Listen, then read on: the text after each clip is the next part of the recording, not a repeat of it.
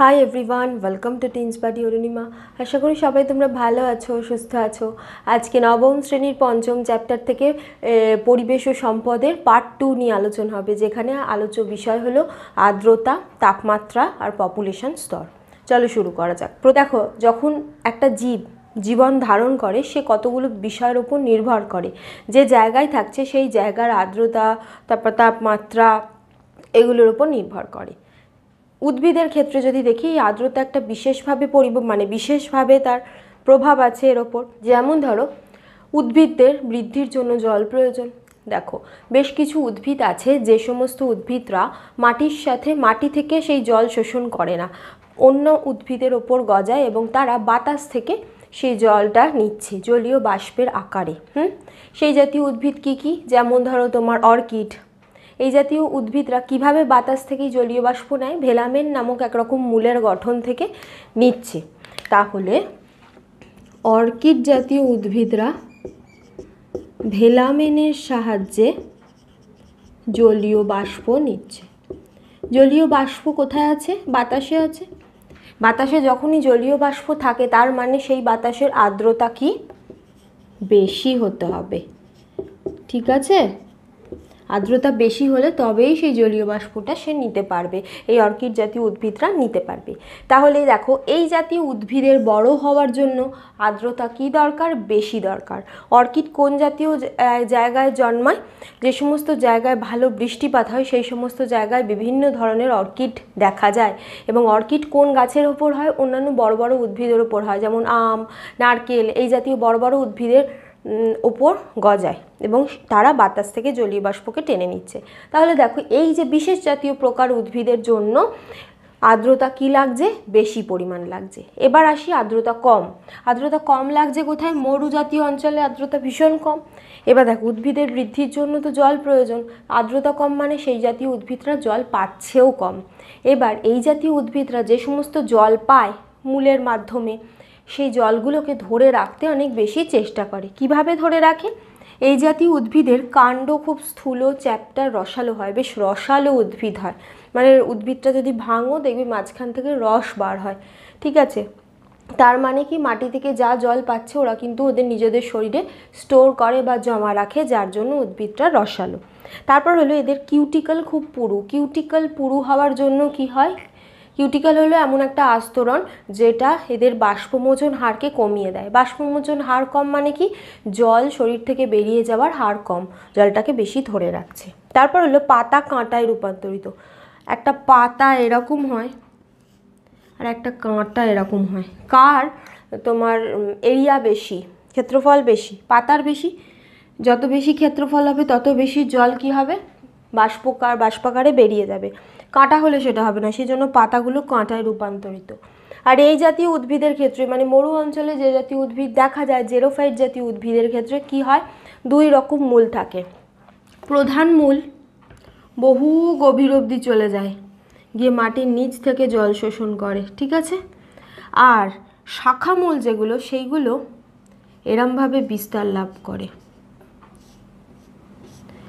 মানে প্রধান মূল বহু নিচ থেকে জল শোষণ করে যাতে শরীরে জলের অভাব না হয়। আর শাখা মূলগুলো মাটির ওপর অঞ্চলে এরমভাবে বিস্তার লাভ করে এবং বিরাট দূর অবধি বিস্তার লাভ করে। কেন? যাতে অল্প পরিমাণ বৃষ্টিপাত হলেও মাটিতে জল এলো এবং সেই জলটা ওরা খুব সহজে শোষণ করে নিল। তাহলে মূলের গঠন দুই রকম হচ্ছে। প্রধান মূল বহু নিচ অবধি চলে যাচ্ছে, মাটির নিচের যে জল সেটাকে শোষণ করছে, আর ওপরে যে শাখা প্রশাখা মূল সেগুলো বহু দূর অবধি বিস্তৃত হয় এবং মাটির ওপরি অঞ্চলেই থাকে। তাতে কি হয়? যেই স্বল্প পরিমাণে বৃষ্টিপাত হয় সেই জল উদ্ভিদ টেনে নেয়। তাহলে এইগুলো হলো মরু অঞ্চলের যে উদ্ভিদ, জেরোফাইট যেটাকে বলি, বা জাঙ্গল উদ্ভিদ, যেমন ফণি মনসা এই জাতীয় উদ্ভিদের ক্ষেত্রে এই গঠন দেখা যাচ্ছে। তাহলে দেখো, এখানে আর্দ্রতা কম, উদ্ভিদের বেশ কিছু গঠন রয়েছে। এখানে আর্দ্রতা বেশি, অর্কিড জাতীয় উদ্ভিদের আর্দ্রতা বেশি লাগে, তাদের শরীরে আবার আলাদা আলাদা গঠন। ঠিক আছে? ঠিক তেমনি প্রাণীদের ক্ষেত্রেও আর্দ্রতার ওপর অনেক কিছু নির্ভর করে। যেমন বই পোকা, অনেক সময় দেখবে পুরনো বই, লাইব্রেরি থেকে তোলা বই খুললে বা পুরনো বই খুললে দেখবে অনেক সময় ছোটো ছোটো পোকা দেখা যায়, সেগুলোকে বলে বই পোকা বা সিলভার ফিশ। সেই জাতীয় পোকার জননের জন্য আর্দ্রতা 40 থেকে 90% দরকার। 40-এর কমে হলে কিন্তু এরা নিজেদের সংখ্যা বৃদ্ধি করে না। তাহলে আর্দ্রতা বেশি হলে তবেই বেশ কিছু প্রাণী যারা নিজেদের সংখ্যা বৃদ্ধি করে। তারপর হলো ট্রাইবলিয়াম নামক একরকম যে পোকা, যেগুলো আটা ময়দায় পোকা হয় অনেক দিন পড়ে থাকলে, সেটাও বেশি আর্দ্রতাতেই হয়। মানে যে অঞ্চলের আর্দ্রতা বেশি সেই অঞ্চলে আটা ময়দা অনেক দিন ধরে রেখে দিলে সেই জাতীয় পোকা হওয়ার সম্ভাবনা বেড়ে যায়, এবং সেই পোকাগুলো কিন্তু নিজেদের সংখ্যা খুব সহজেই বৃদ্ধি করে। এখন আসি বাস্তুবিদ্যার পরের স্তর, সেটা হলো তাপমাত্রা। তাপমাত্রার উপর নির্ভর করে উদ্ভিদরা অনেক প্রকারের হয়। দেখো আমি বোর্ডে 4টে নাম লিখেছি: মেগাথার্মস, মাইক্রোথার্মস, মেসোথার্মস, হেকিস্টোথার্মস। প্রথম পড়বে মেগা, তারপর পড়বে মেসো, তারপর পড়বে মাইক্রো, আর হেকিস্টোটা লাস্টে। ঠিক আছে, এবার এক্সপ্লেন করা যাক এগুলো কি। মেগা নামটা থেকে বুঝতে পারছো খুব বড়, মানে আর থার্ম কথাটা টেম্পারেচারের সাথে যুক্ত। তাহলে মেগা মানে যে সমস্ত উদ্ভিদ খুব উচ্চ তাপমাত্রায় জন্মায়, উচ্চ তাপমাত্রা অঞ্চলে বসবাস করে, তাকে বলছে মেগাথার্মস। কোনগুলো হবে? যেমন যে কোনো মরুভূমিতে বসবাসকারী যে সমস্ত উদ্ভিদ তাদের হবে। সেই সমস্ত উদ্ভিদের কি কি বৈশিষ্ট্য? বাষ্পমোচন খুব বেশি হয়, সেটা রোধ করার জন্য পুরো কিউটিক্যাল থাকে, রসালো কাণ্ড, পাতা এগুলো থাকে, আর এদের মূলতন্ত্র সুদীর্ঘ, মানে প্রধান মূলটা মাটির বহু নিচে অবধি বিস্তৃত, যাতে সেখান থেকে জল শোষণ করতে পারে। যেমন জেরোফাইট, এটা দেখা যায় ট্রপিক্যাল রেন ফরেস্ট অঞ্চলে। ঠিক আছে, এরপর আসি মেসোথার্মস। যে সমস্ত উদ্ভিদ পরিবর্তিতভাবে উচ্চ তাপমাত্রাতেও বৃদ্ধি পাচ্ছে, নিম্ন তাপমাত্রাতেও বৃদ্ধি পাচ্ছে, তাদেরকে মেসোথার্মস বলে। যেমন যে কোনো ডেসিডিউয়াস রেন ফরেস্টে এটা দেখা যায়। ঠিক আছে, তারপর হলো মাইক্রোথার্মস। মাইক্রো নামটা থেকে বুঝতে পারছো কম, মানে কম তাপমাত্রায় যে সমস্ত উদ্ভিদ বৃদ্ধি পাচ্ছে তাদেরকে বলছে। যেমন কনিফেরাস ফরেস্ট হয়, সেই কনিফেরাস ফরেস্টে এগুলো দেখা যায়। আর তারপর হলো হেকিস্টোথার্মস। হেকিস্টো মানে হলো খুব কম টেম্পারেচারে যে সমস্ত উদ্ভিদ জন্মায়, প্রধানত এগুলো তোমার যে মানে উত্তর মেরুর যে সমস্ত বনভূমি আছে সেই সমস্ত জায়গায় দেখা যায়। যেমন অ্যালপাইন ভেজিটেশন, আল্পস যে পর্বত আছে তার আশেপাশের অঞ্চলে, অ্যালপাইন অঞ্চলে এগুলো দেখা যাচ্ছে। এদের কিছু বৈশিষ্ট্য: দেহ খুব খর্ব হয়, আর যেহেতু শীতকালে বীজ পরিস্ফুটিত হবে না, সেই জন্য এই সমস্ত বীজের সুপ্তদশা খুব দীর্ঘ হয়। যখন সেই জায়গায় গ্রীষ্ম আসে বা সামার আসে, সেই সময় সেই বীজগুলো ফুটে ওঠে, মানে পরিস্ফুটিত হয়, সেই জন্য এই সমস্ত বীজের সুপ্তাবস্থা খুব দীর্ঘ হয়। ঠিক আছে, তাহলে এই তাপমাত্রা অনুযায়ী প্রাণী মানে উদ্ভিদদেরকে 4টে ভাগে ভাগ করা যাচ্ছে: মেগাথার্মস, মাইক্রোথার্মস, হেকিস্টোথার্মস আর মেসোথার্মস। ঠিক আছে, চলো এবার প্রাণীগুলোকে কী কী ভাগ করা যায় সেটা দেখে নিই। এবার আসি প্রাণীতে। এই যে তাপমাত্রার উপর নির্ভর করে প্রাণীরও দুটো ধরন হচ্ছে। দেখো, প্রথম ধরনটা হলো ইউরিথার্মাস বা হোমিওথার্মাল বা এন্ডোথার্মাল বা ওয়ার্ম ব্লাডেড। অনেকগুলো নাম আছে, সব কটা নামই পড়তে হবে। ইউরিথার্মাস মানে কি? মানে এগুলো সব একই, ইউরিথার্মাস, হোমিওথার্মাল, এন্ডোথার্মাল, ওয়ার্ম ব্লাডেড। ওয়ার্ম ব্লাডেড মানে কি? যাদের রক্ত গরম। এটার মানেটা কি? এটার মানে হলো যে সমস্ত প্রাণীদের রক্তের উষ্ণতা পরিবেশের উষ্ণতার সাথে পরিবর্তিত হয় না, তাদেরকে বলে হলো ওয়ার্ম ব্লাডেড বা ইউরিথার্মাস। বোঝাবার চেষ্টা করি, যেমন আমরা, আচ্ছা, শীতকালে যখন এখানকার টেম্পারেচার ধরো 12, 11, 10 হয়ে যায়, তখন কি আমাদের বডি টেম্পারেচার বা আমাদের ব্লাড টেম্পারেচারও কমে যায়? সেটা নয়, আমাদের বডি টেম্পারেচার 37 ডিগ্রি সেন্টিগ্রেডেই থাকে। আর মানে কি? আমরা হলাম ওয়ার্ম ব্লাডেড, মানে আমাদের রক্ত গরম। রক্ত গরম মানে কি? রক্ত সবসময় গরম এটা নয়, পরিবেশের উষ্ণতা যাই হোক না কেন আমাদের রক্তের উষ্ণতা এটাই মেনটেন হয়। ঠিক আছে, তাদেরকে বলছে হোমিওথার্মাল বা এন্ডোথার্মাল, যেমন মানুষ, পাখি এরা। আর একটা দ্বিতীয় প্রকার হয়, সেটা হলো, তাহলে একটা প্রকার এটা আর একটা প্রকার এটা। দ্বিতীয় প্রকার হলো স্টেনোথার্মাস বা পয়কিলোথার্মাল বা এক্টোথার্মাল বা কোল্ড ব্লাডেড। পয়কিলোথার্মাল এই টার্মটা খুব প্রচলিত, খুব ভালো করে পড়বে, বা স্টেনোথার্মাসও বলে। এক্টোথার্মাল, কোল্ড ব্লাডেড। একটো কথাটার অর্থ হলো বাইরে, মানে পরিবেশের বাইরে টেম্পারেচারের সাথে সেই প্রাণীটার শরীরের ভিতরের রক্তের উষ্ণতা পরিবর্তিত হয়ে যাচ্ছে। তাহলে বোঝাবার চেষ্টা করি, যে সমস্ত প্রাণীরা তাপমাত্রার বিরাট পার্থক্য সহ্য করতে পারে না, তাদের পরিবেশের যে তাপমাত্রা তার সাথে সাথে রক্তের তাপমাত্রাও বদলে যায়, তাদেরকেই বলছে হলো एक्टोथार्माल বা পয়কিলোথার্মাল। যেমন মাছ, সরীসৃপ, উভচর। খেয়াল করে দেখবে শীতকালে যখন টেম্পারেচার ফল করে তখন কিন্তু ব্যাঙ, সাপ এদের দেখা যায় না। কেন? কারণ পরিবেশের টেম্পারেচার ফল করেছে, ওদের রক্তেরও তাপমাত্রা ফল করেছে, ফলে ওরা শীত ঘুমে চলে যায়, সেই জন্য সেই সময় তাদের দেখা যায় না। আচ্ছা, এই যে দুটো মানে তাপমাত্রার ওপর নির্ভর করে প্রাণীদেরকে দুটো ক্যাটাগরিতে ভাগ করা যাচ্ছে, ইউরিথার্মাস, স্টেনোথার্মাস।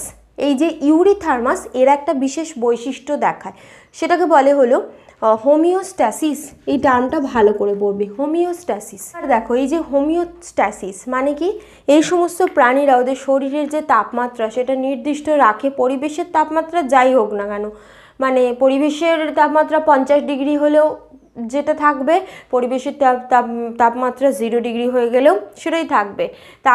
তারা এই যে শরীরের যে উষ্ণতাটাকে নির্দিষ্ট রাখছে, এটা কোন পদ্ধতিতে রাখছে? হোমিওস্ট্যাসিস। এই পদ্ধতিটাকে বলছে হোমিওস্ট্যাসিস। তাহলে হোমিওস্ট্যাসিস কারা দেখায়? মানুষ, পাখি এরা দেখায়, কিন্তু হোমিওস্ট্যাসিস স্টেনোথার্মাসরা দেখায় না। আশা করি তোমাদের বোঝাতে পারলাম। এখন আসি আজকের লাস্ট টপিক, সেটা হলো পপুলেশন স্তর। পপুলেশন কাকে বলছে? যা ভাষায় যদি বোঝাতে চাই তাহলে হলো কোনো একটা নির্দিষ্ট স্থানে একই প্রজাতির যে সমস্ত প্রাণী বসবাস করছে সেটাই হলো পপুলেশন। ধরো আমি এরম বললাম যে আন্দামানে যে নারকেল তার পপুলেশন কত, তাহলে কি করব?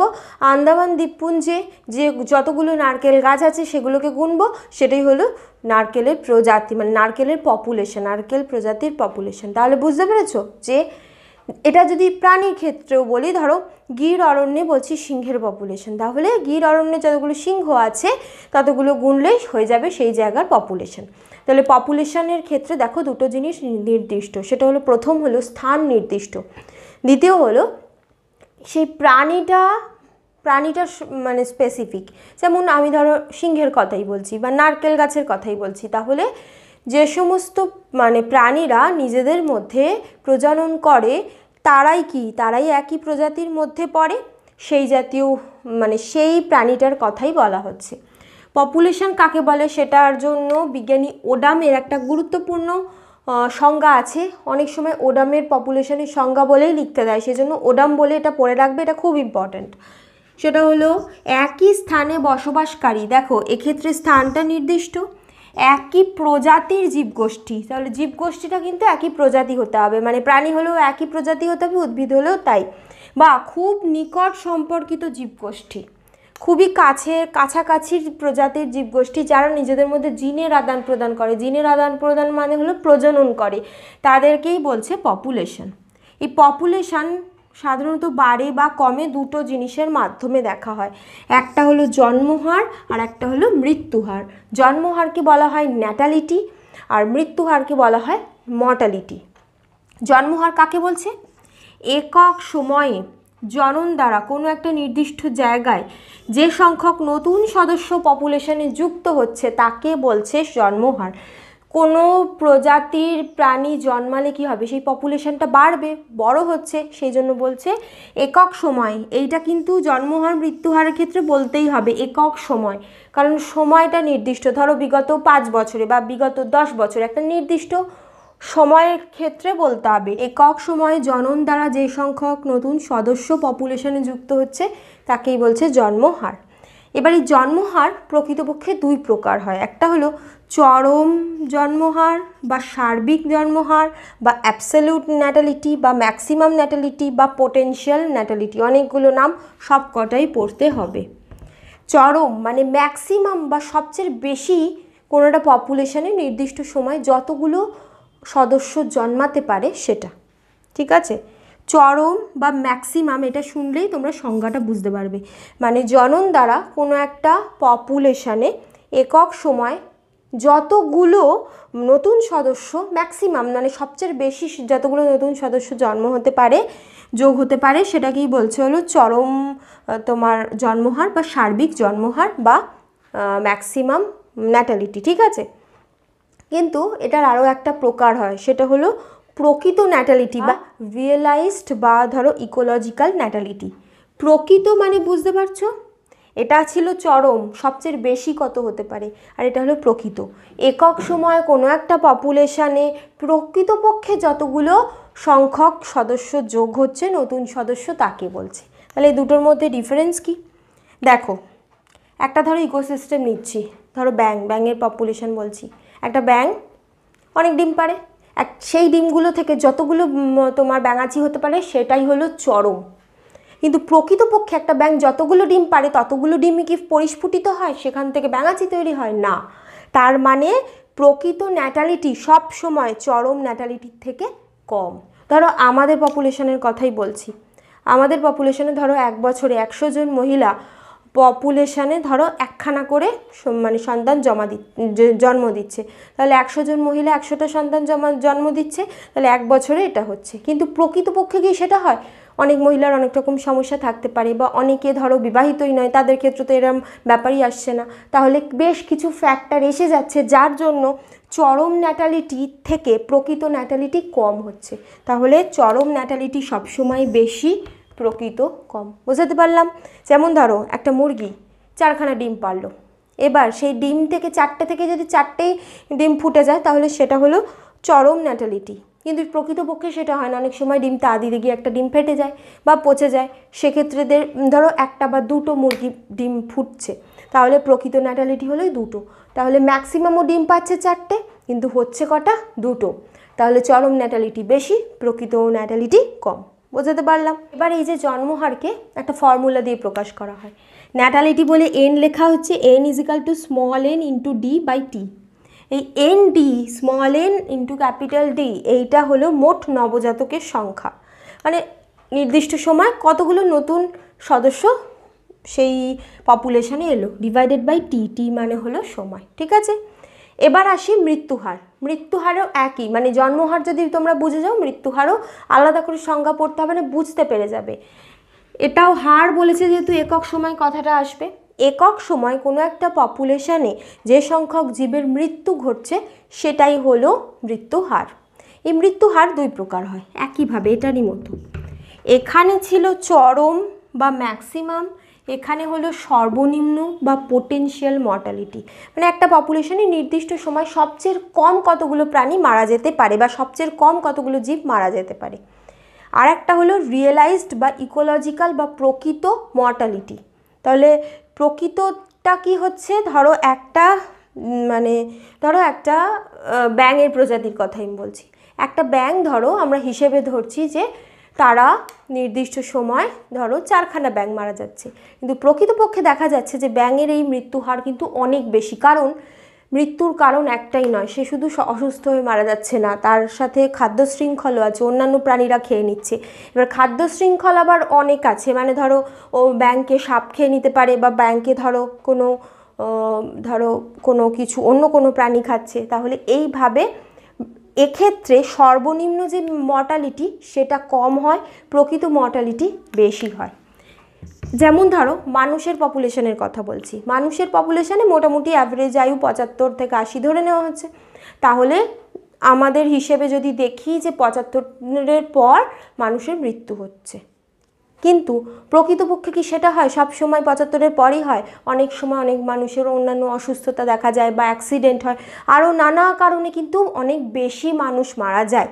তাহলে এক্ষেত্রে মৃত্যুহারের ক্ষেত্রে সর্বনিম্ন মর্টালিটির থেকে রিয়েলাইজড মর্টালিটি সবসময় বেশি, আর এখানে এই যে ম্যাক্সিমাম ন্যাটালিটি সবসময় প্রকৃত ন্যাটালিটির থেকে বেশি হয়, ঠিক আছে? এবার দেখো মৃত্যুহারেরও একটা ফর্মুলা আছে, M = m × d, small m × d/t। Small m × d হলো, এটা হলো মোট মৃতের সংখ্যা। মোট মৃতের সংখ্যাকে ভাগ করা হয় হলো নির্দিষ্ট সময়, তাহলেই আমরা মর্টালিটি পেয়ে যাব।